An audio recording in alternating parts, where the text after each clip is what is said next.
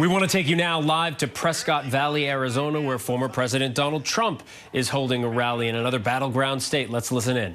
Early voting by mail and in person opened in Arizona earlier this week. So if you have a ballot, return it immediately. And if not, go vote. Get your you-know-what app and vote. The minute the polls open tomorrow, you'll be there. And get everyone you know, because we want to take back our country. We're going to take back our country. And with your help, 23 days from now, can you believe it? We're going to win Arizona, and we are going to defeat Kamala. Shouldn't be running. She shouldn't even be running. She didn't get any votes. Say what you want about Biden. I'm not a fan of Biden. I'm no fan. Nobody's a fan of Biden. But you know what? He got 14 million votes. She got none. I'm the only one that has to beat two people, not one. You know, everyone else. Historically, in history, you've got to beat one, I got to beat two. They never make it easy for us, but she's going to be easy. I have a feeling that he would have been tougher than her. But we're going to usher in a new golden age of American success for the citizens of every race, religion, color, and creed. What Kamala and her radical left cronies have done to the state of Arizona is a crime that can never be forgiven. What they've done to us and what they've done to us on the border can never be forgiven. For 4 straight years, she's imported an army of illegal alien gang members and migrant criminals from the dungeons all over the world. Not South America, all over the world they come. From prisons and jails, insane asylums, mental institutions, from Venezuela, from the Congo, all over. And she's resettled them into your communities to prey upon innocent American people. If Kamala gets 4 more years, the entire country will be turned into a migrant camp, and that's what's happening. Millions and millions of people. When I win on November 5th, the migrant invasion ends and the restoration of our country begins.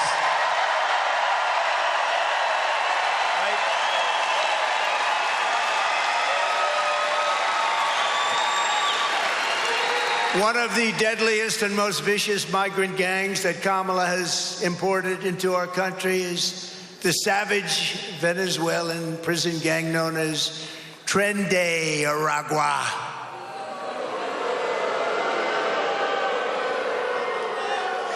It's a vicious gang. Well, we have them all. We have them all. They're all represented now. MS-13, vicious. They're all vicious. We'll have a contest. Who's the most vicious? We'll figure it out. Because they're all in our country now. People we never had in our country like this. Remember when she went around saying, no, the migrants that come in are very nice people. No, they're not nice people. No, we're not getting the nice ones. We're getting people that levels of crime and violence and viciousness like you've never seen before. They make our criminals look like nice people. They look like nice people. These people know it better than anybody. Border Patrol. Border Patrol. They're the greatest people. The best people.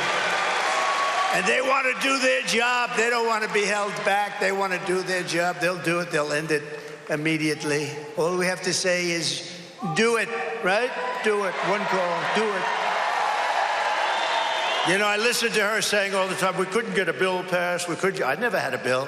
You know what I did? I called them up. I said, close the border. There was no bill. Did I have a bill? I never had a bill. Right? I said, close the border, and the border was closed. And then we had the best numbers in the history of our country at the border. And that included, by the way, drugs. And it included traffickers, women, mostly. They deal in women. Let me see the chart, my all-time favorite chart, by the way. See if you can drop it down. I didn't tell him I was going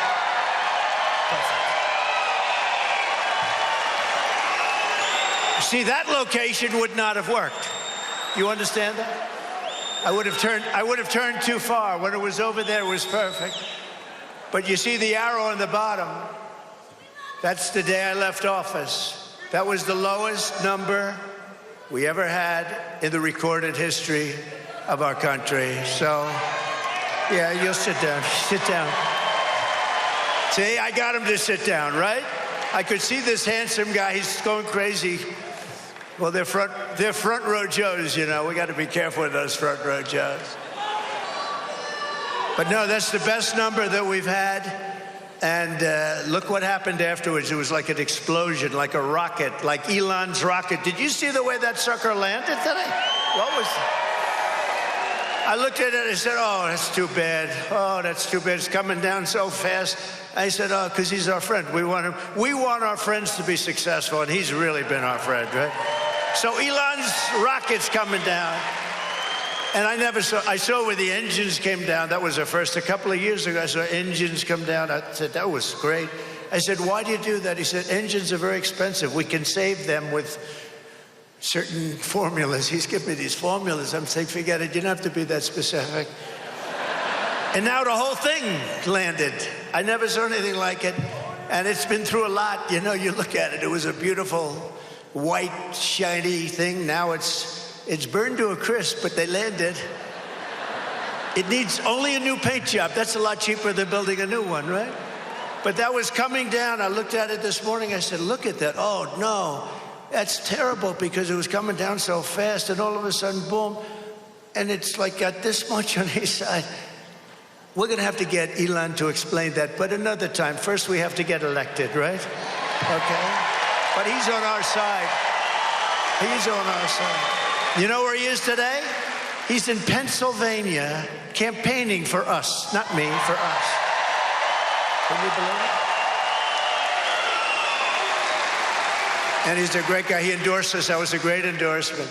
We had Bobby Kennedy. We have so many great endorsements. Tulsi, great. Tulsi Gabbard. We have so many endorsements. We have endorsements. I could stand here, read them all night long. You know, we had endorsements, the 300 biggest people, plus biggest people in the administration, national security people. Robert O'Brien is the one that I think really led the charge. Robert's around here someplace. But he had 300 plus. The biggest people in government, even from other administrations.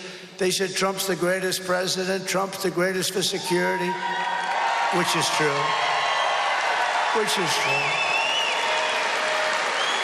And I said, this is a big story. Wow, this is a great story. I love it. And they put it out, and the fake news didn't pick it up. They don't. If we have one sleazebag against because I fired him, you know, the only ones, they always go, whenever you fire somebody, they always go against you. But one sleazebag because I fired him, they make it front page news. When I get 319 of the top people in the country, in the world, some of these people, some names in there you wouldn't even believe. I mean, I don't want to get personal, but there were some names in there you would be surprised at, frankly, because I had my little spats. But I appreciate it. No, it showed that there's a certain love of a country when they do that. I really mean it. And Robert, I want to thank you and Rick Grinnell and all the people, because that was beautiful. But when I saw that list of the best names, the biggest names in national security and security generally and law enforcement, I said, this is a big story. Well, that's great. And I looked up the next day, I looked at the newspaper. Didn't make page one. This 2, 3, 4. It never made the newspaper. But that's the way they treat us. And we're leading in the polls. How come you're leading in the polls and you can't? How the hell does that work? How does that work?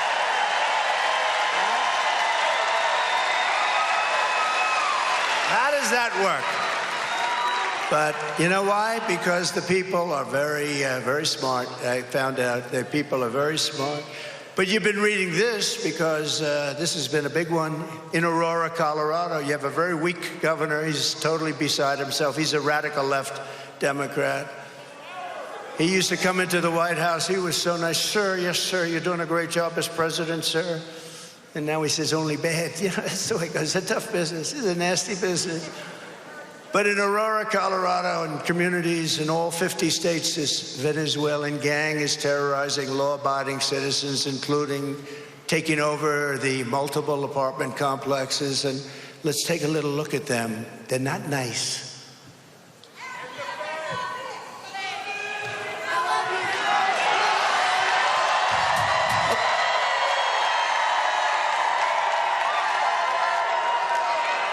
You see, that's The video how tough shows they are. a group of men walking up a stairwell at the Edgett Lowry apartment complex in Aurora. All of them appear to be carrying rifles and handguns, and the video shot earlier this month. One of the men can be seen talking on his cell phone. They all then gather around a door and go in. Another video clip shows men forcing a door open.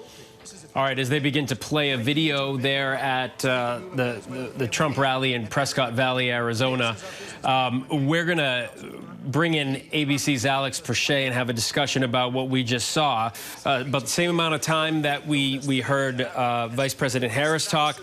And Alex, you can hear what issues these candidates really believe are most important for them to win this election. And clearly, former President Trump believes that immigration, he keeps hammering Vice President Harris on immigration. One quote from the beginning, he says, they come from prisons and jails, insane asylums, mental institutions from Venezuela, from the Congo, all over. And she resettles them into your communities to prey upon innocent American people. So what are your thoughts so far? Well, I mean, he said that they're coming from dungeons all over the world, and if she's elected, the entire country will turn into a migrant camp. And look, I mean, this is kind of par for the course for the Trump campaign. I mean, this is red meat to a lot of his supporters, those folks that are going to wait in line to actually see him speak in a battleground state like Arizona. But he's noting this because it resonates. And one of the things that I point out, Phil, is that I mean, his campaign has actually rolled out policy today. Specific immigration policy today, but yet we've yet to hear the former president detail that. And I'll run this through. But a senior Trump advisor talked about how, if elected president, he will plan to hire 10,000 new Border Patrol agents. He's going to ask Congress for a 10% raise for the Border Patrol agents, and as well as a $10,000 retention and signing bonus. And, again, we're a number of minutes now into this speech, and we're hearing much of the same rhetoric that we've heard from Trump rallies all over. I mean, he was just about to double down. It sounded like when they were playing that video, he was doubling down on some of those false claims made out of Aurora, Colorado. But clearly, that's something that he personally has identified that works with these supporters, and so I mean that's why he's going there. All right, to be continued, at least for 23 days, probably beyond. Alex, thank you so much from the White House. Alex Prochet.